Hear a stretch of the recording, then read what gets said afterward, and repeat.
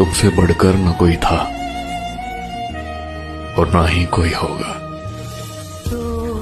मेरी पहली कैसी है ये अनहोनी, हर रात हुई हम, छोड़ गया जो तू, कैसे जिएंगे हम। में चारों ओर फोन की घंटियां बज उठी। राजभवन मौन था, संसद मौन थी, राष्ट्रपति भवन मौन था। हर कोई कश्मकश में था। शायद कोई बड़ा हादसा हुआ था या किसी बड़े हादसे या आपदा से कम नहीं था। कोई अचानक हमें छोड़कर चला गया था, जिसके जाने से करोड़ों लोग दुख भरे आंसुओं से विलाप कर रहे थे। देखते ही देखते मुंबई की सारी सड़कें भीड़ से भर गई। पैर रखने की भी जगह नहीं बची थी मुंबई की सड़कों पर, क्योंकि पार्थिव शरीर मुंबई लाया जाना था और अंतिम संस्कार भी मुंबई में ही होना था। नागपुर, कानपुर, दिल्ली, चेन्नई, मद्रास, बेंगलोर, पुणे, नासिक और पूरे देश से मुंबई आने वाली रेलगाड़ियों और बसों में बैठने को जगह नहीं थी। सब जल्द से जल्द मुंबई पहुंचना चाहते थे और देखते ही देखते अरब सागर वाली मुंबई जनसागर से भर गई। कौन था यह शख्स जिसके अंतिम दर्शन की लालसा में जन सैलाब रोते बिलखते मुंबई की ओर बढ़ रहा था? देश में यह पहला प्रसंग था जब बड़े बुजुर्ग छोटे छोटे बच्चों जैसे छाती पीट पीट कर रो रहे थे। महिलाएं आक्रोश कर रही थी और कह रही थी, मेरे पिता चले गए, अब कौन है हमारा यहाँ। चंदन की चिता पर जब उसे रखा गया तो लाखों दिल रुदन से जल रहे थे। अरब सागर अपनी लहरों के साथ किनारों पर थपकता और लौट जाता, फिर थपकता, फिर लौट जाता। शायद अंतिम दर्शन के लिए वह भी जोर लगा रहा था। चिता जली और करोड़ों लोगों की आंखें बरसने लगी। किसके लिए बरस रही थी ये आंखें? कौन था इन सब का पिता? किसकी जलती चिता को देखकर जल रहे थे करोड़ों दिलों के अग्निकुंड? कौन था यह जो छोड़ गया था इनके दिलों में आंधिया?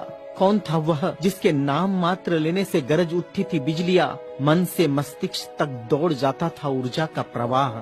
कौन था वह शख्स जिसने छीन लिए थे खाली कासे इनके हाथों से और थमा दी थी कलम लिखने के लिए एक नया इतिहास? आंखों में बसा दिए थे नए सपने, ओठों पर सजा दिए थे नए तराने, धमनियों से प्रवाहित किया था स्वाभिमान अभिमान को, दास्यता की जंजीरें तोड़ने के लिए दिया प्रज्ञा का शस्त्र। चिता जल रही थी अरब सागर के किनारे और देश के हर गांव के किनारे में जल रहा था एक स्मशान।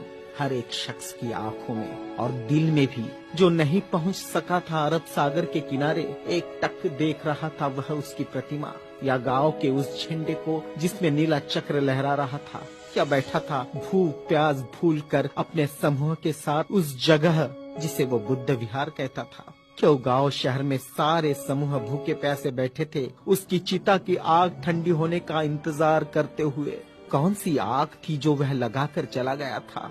क्या विद्रोह की आग थी या थी वह संघर्ष की आग? भूखे नंगे बदनों को कपड़ों से ढकने की थी आग? असमानता की धज्जियां उड़ाकर समानता प्रस्थापित करने की आग? चवदार तालाब पर जलाई हुई आग अब बुझने का नाम नहीं ले रही थी। धू धू जलती मनुस्मृति धुएं के साथ खत्म हुई थी। क्या यह वह आग थी जो जलाकर चला गया था वह?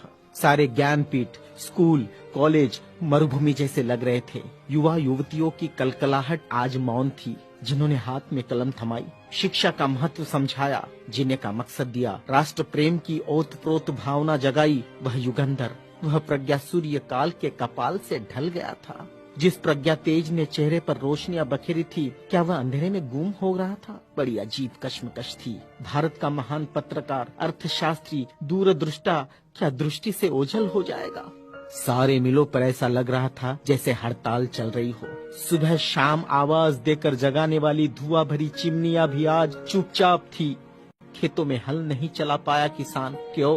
सारे ऑफिस, सारे कोर्ट, सारी कचहरियां सूनी हो गई, जैसे सुना हो जाता है बेटी के विदा होने के बाद बाप का आंगन। सारे खेतीहर मजदूर, किसान असमंजस में थे। ये क्या हुआ? उनके सिर का छत्र छीन गया।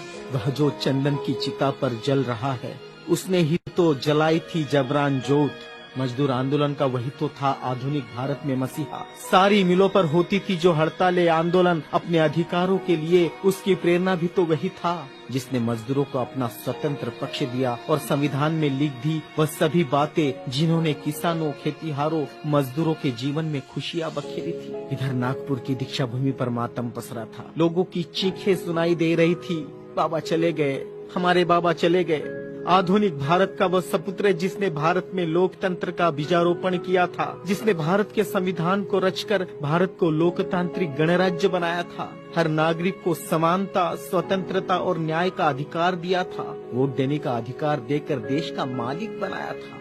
क्या सचमुच वह शख्स नहीं रहा? कोई भी विश्वास करने को तैयार नहीं था। लोग कह रहे थे अभी तो यहाँ बाबा की सफेद गाड़ी रुकी थी, बाबा गाड़ी से उतरे थे सफेद पोशाक में, देखो अभी तो बाबा ने पंचशील दिए थे। 22 प्रतिज्ञाओं की गूंज अभी आसमान में ही तो गूंज रही थी। वो गूंज शांत होने से पहले बाबा शांत नहीं हो सकते। भारत के इतिहास ने नई करवट ली थी। जनसैलाब मुंबई की सड़कों पर बह रहा था।